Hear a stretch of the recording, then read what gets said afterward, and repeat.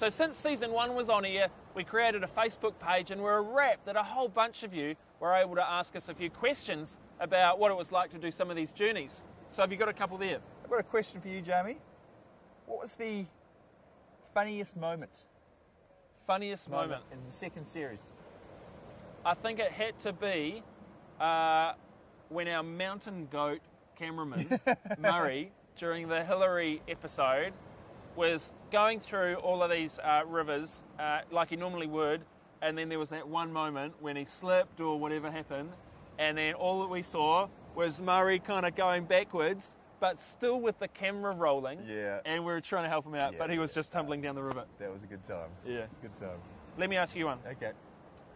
Okay, so how do you choose which crossing stories to do? You eventually did lots of research for the show, but are there some pioneers whose stories you've grown up with and feel a particular affinity to? Yeah, well, I guess there's a few things that we look at. There's no shortage of great stories, that's for sure. And people are great at sending in ideas. It's cool if the story has a certain arc to it. Like there needs to be a central person, right? Or two people. And it's awesome if one of them dies near the end. That makes for a great story. But they don't have to. They can make it through across the other side. But it's good to have that to be able to tell the story through the eyes of a single person. So that actually cuts out quite a few stories. Yeah. What was the second part of the question? What stories? Well, how do we decide, which ones? Because there's a whole bunch. What we're trying to do is trying to mix up the landscapes, because we want to show different parts of the country as well. And so the great thing about Series 2 is that we've been able to put in not just alpine, which we do, I think, take it to a whole new level on this series, but also underground, underwater. Yeah. Rivers. We need to do an air one. It's the only one we haven't done. Yeah. What's the last part? Any affinity? Well, I mean, like you've been to the Himalayas when you were at school with Ed, right? Yeah. So it was awesome to do the Sir Ed story about his first decent climb, because both Jamie and I had met and spent time with Sir Ed, and so I really was looking forward to getting under his skin and seeing what the young Sir Ed was like, because he was quite different when he was younger. Yeah.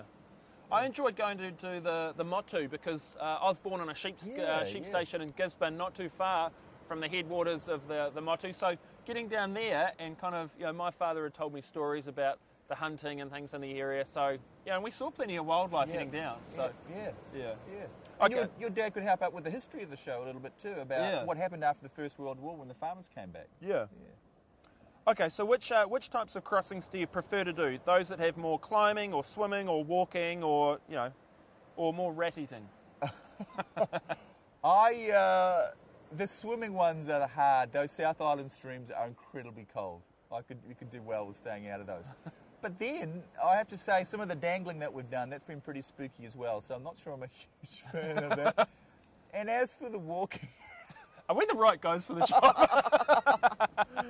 No, I prefer a mixture. That would be the best thing. Look, as long as the weather's sunny, you can get away with murder. Yeah. Do what you like. When it gets bad, I don't want to know if we're not going to but you know what I mean, you can get into the water, you can do whatever you like, as long as the weather's fine. When it starts getting cold and bleak, it starts being hard work. I think in terms of progress and getting through and making sure we keep each other going, I think you cope with the heights and the mountains and stuff probably better than I do. Yeah. And maybe at sea level type stuff and being underwater and the surfboat. So Stuff. So it kind of helps us out when we kind of need to. One needs to take the lead on something and the other can. Yeah. Let me ask you a question. How do you rate your own personal survival skills? Would you have the skills to survive if you were dropped off in the outback? Short answer, probably not. Oh, certainly not compared to any of these pioneers. Even if you're allowed to eat native birds, kia and kakapo, could you survive? Well, if they hadn't gobbled them all up, there might have been a few more now. But I have to say that is the one big difference. I mean, we do recreate the stories, and a lot of the trips in the South Island are almost exactly the same. Two things that have changed is the bird life. Yeah. I mean, in the story, the Charlie Douglas story, he was telling about being able to shake a tree and kakapo were falling out of it. Yeah. And you'd be hard-pressed to do that now. What was the other thing? Glacier heights? It was glaciers. Yeah. So the thing that I suppose Kevin and I are fairly adamant about is that we're going into often environments that we need to prepare ourselves for before the journey. So we're not subject experts in caving. So we're really grateful to some of the caving community that could help us out before it. And that's exactly the same for the Jeff Spearpoints of the world and Rob Brown. You know, these amazing people who understand the outdoor community, and we're able to learn from them. Just like we hope, maybe, you know, people at school. But also, I think the skills that we learned, some of them to do the show, are best practice 100 years ago. Yeah. Like some of the river crossings, you wouldn't do it like that now. Yeah. We almost should have a disclaimer at the start of the show: do not do this at home.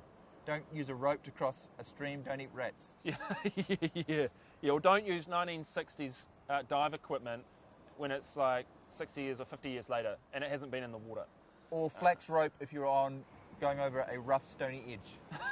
That's bad too. Yeah. Or cotton frilly shirts if you're going into a glacial river.